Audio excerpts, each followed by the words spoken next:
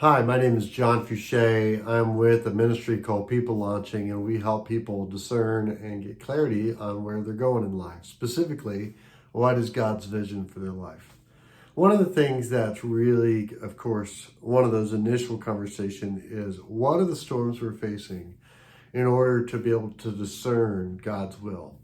And that's a great way to begin. And I want to just introduce you to an idea, an image about how you can discern a little bit about where you are as you bring up the subject of what are you facing, how are you feeling about that, and what's your reaction to Jesus in the midst of the circumstances right now. So let's begin there. This is the way I think it's helpful to think about it. There's an old painting that is actually stolen from Boston in 1990. Nobody knows where it is.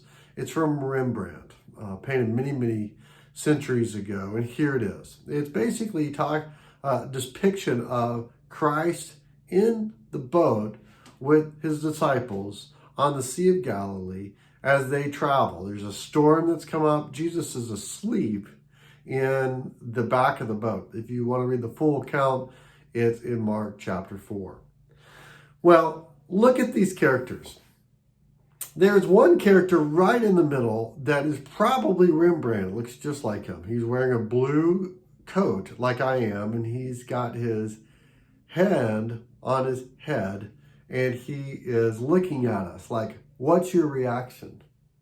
Here we are in the storms of life together. I think you can even look at the different reactions of the disciples and help you discern how you're facing the storm. Let's look at these. Look at the ones in the light. Notice how one gentleman is just getting overwhelmed by the sea. It's just splashing him in the face. Another one is not just overwhelmed, but taking matters in his own hands. Several of them, in fact, grabbing the sails, thinking it's up to them to try to harness the wind or pull down the sails in order to be able to make everybody safe. It's as if it's all up to them. They are fighting frantically. If you look a little bit further down the boat, you'll see a gentleman that's sitting down towards the darkness.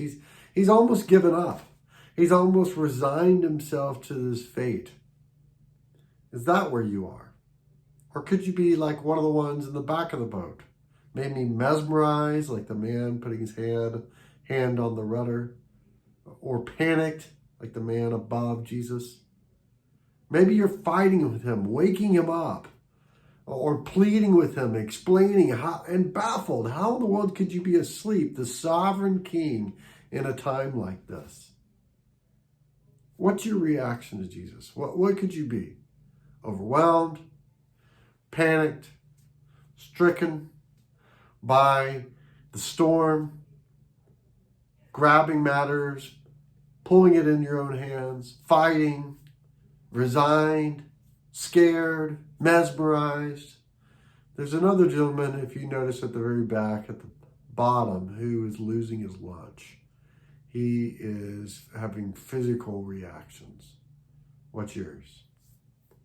It is quite remarkable how Jesus could sleep. The sovereign king that has total power could sleep at a time like this. There's one gentleman that is kneeling next to Jesus. You see that? He's kneeling. He's praying.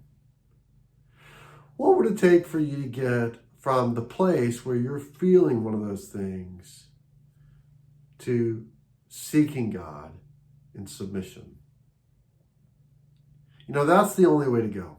Seeking the Lord in the midst of the storm, even if it means you sit with him in the dark and fully, 100%, inside and outside, submitted to Christ, the sovereign King.